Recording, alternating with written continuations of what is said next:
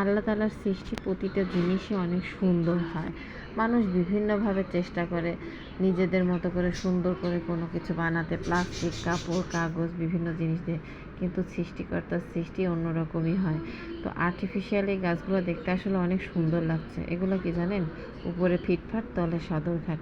কিন্তু আল্লাহ তাআলার সৃষ্টি প্রতিটা গাছের দিকে তাকালে অন্যরকম একটা শান্তি লাগে। তারপরেও আর কি করা, আমাদের কিন্তু এগুলাই কিনতে হয়। সবসময় তো আমরা বাসার মধ্যে ন্যাচারাল গাছগুলো লাগাতে পারি না, গাছগুলো বাঁচেও না। গাছ লাগানো আমার অনেক বড় একটা শখ, তারপরেও জায়গার অভাবে আমি লাগাইতে পারি না। চেষ্টা করি, আমার বারান্দায় যদিও কিছু গাছ আছে, তো বাসার মধ্যে তো এত জায়গা নাই যে আমি ন্যাচারাল গাছগুলোকে ওইভাবে রেখে যত্ন করব।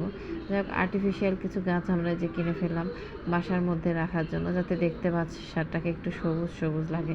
সুতরাং সবগুলো গাছে আমি সবুজ রং কিনলাম। তো এই যে চলে আসছি, এখন আমরা একটু আন্ডারগ্রাউন্ডে গেলাম। তারা কয়দিন ধরে খুব বায়না করছিল কেক খাবে কেক খাবে, সেজন্য ভাবলাম যে কেকের কিছু জিনিস, আমার সুগার বলটল শেষ হয়ে গেছে, কিনে নিয়ে আসি। তো কেক কিনতে গিয়ে আমরা আরও কিছু জিনিসপত্র কিনে ফেললাম। একটা টেবিল রানার কিনলাম, টেবিলের উপরে বসানো রেক্সিন কিনলাম।